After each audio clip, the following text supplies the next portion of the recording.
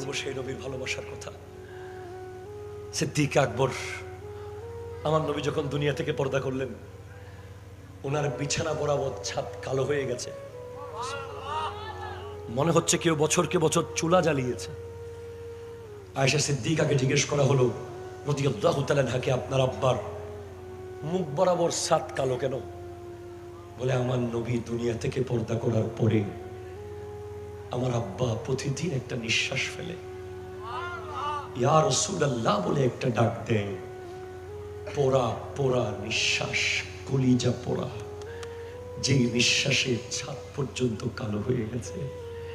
আমি তখন খুঁজতে লাগলাম, ভাই কলিজা কি আবার পুড়ে? বলে, হ্যাঁ পুড়ে। কোথায় লেখা আছে? আলা হযরত ইমাম আহমদ রেজা খান ফাজিলে বেরলভী লিখে দিয়েছেন। সবাই মিলে আমরা সেদিন শুনেছি, এখনো শুনছি, জিন্দেগি ভর শুনবো।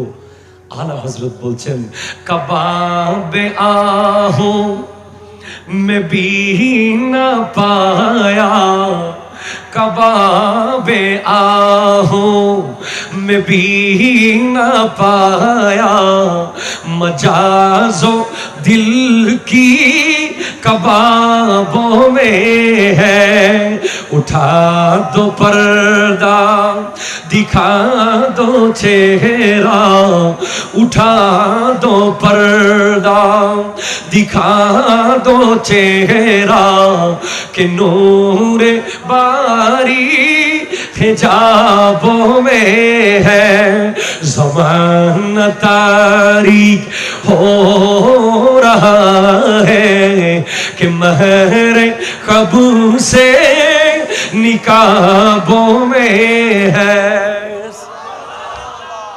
তাহলে সুন্দরের জন্য যদি কাউকে আপনি ভালোবাসেন, আমার নবী ছাড়া আর কেউ নাই। ঠিক কিনা? কথা জোরে বলেন।